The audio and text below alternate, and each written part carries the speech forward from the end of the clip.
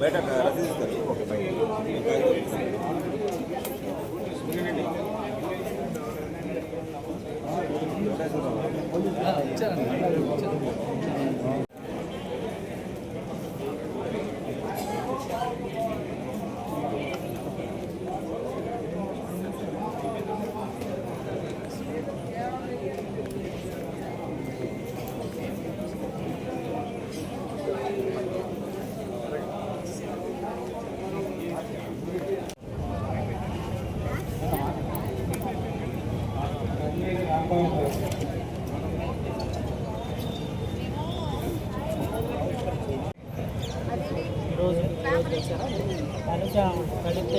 సాహెబ్ అండి, మాది సొంత గ్రామం రాయపూడి.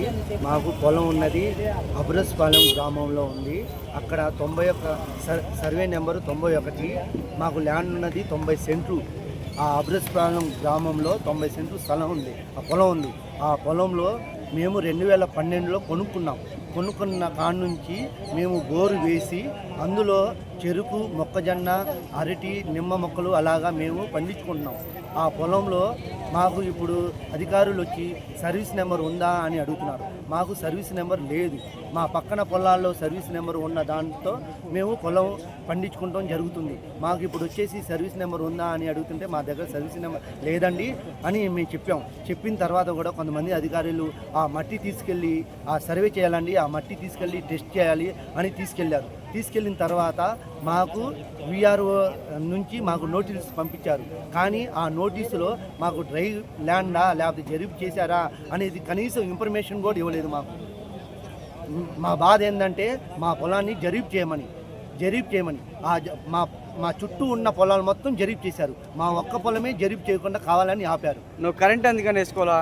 కరెంటు వేసుకోలేదంటే మేము 2012లో కొనుక్కున్నాం కాబట్టి అప్పటి నుంచి వేసుకుంటాను. దానికి 1,50,000 1,00,000 ఖర్చు అయింది. అందులో 3 ఫేజ్ కరెంట్ కావాలని మేము వేసుకోలేదు. ఆ 90 సెంట్లు స్థలానికి ఎందుకులే అని మేము తీసుకోలేదు. సరే, ఇప్పుడు మీకేం కావాలా? మాకు జరీఫ్ చేయాలి, మా ల్యాండ్ని జరీఫ్ చేయాలి. మాది మెట్ట భూమి, ఆ మెట్ట భూమిని జరీఫ్ చేయమని రిక్వెస్ట్గా కోరుకుంటున్నాను. మరి మీరు ఆల్రెడీ ఇంతకుముందు ఎప్పుడన్నా కంప్లైంట్ చేశారు? ఇక్కడ 4-5 సార్లు కంప్లైంట్ ఇచ్చాం. ఎవరు కూడా సరిగా పట్టించుకోవట్లేదు. అసలు మీ ఎంఆర్ఓ గారి దగ్గరికి వెళ్ళారా? 1-4 సార్లు వెళ్ళాను. ఎంఆర్ఓ ఆఫీస్కి, తుళ్ళూరు మండలంలో ఎంఆర్ఓ ఆఫీస్కి 1-4 సార్లు వెళ్ళాను. సిఆర్డిఐ డిపార్ట్మెంట్కి 1-4-5 సార్లు వెళ్ళాను. ఎవరు సరైన యాక్షన్ తీసుకోవట్లేదు ఇప్పటి వరకు.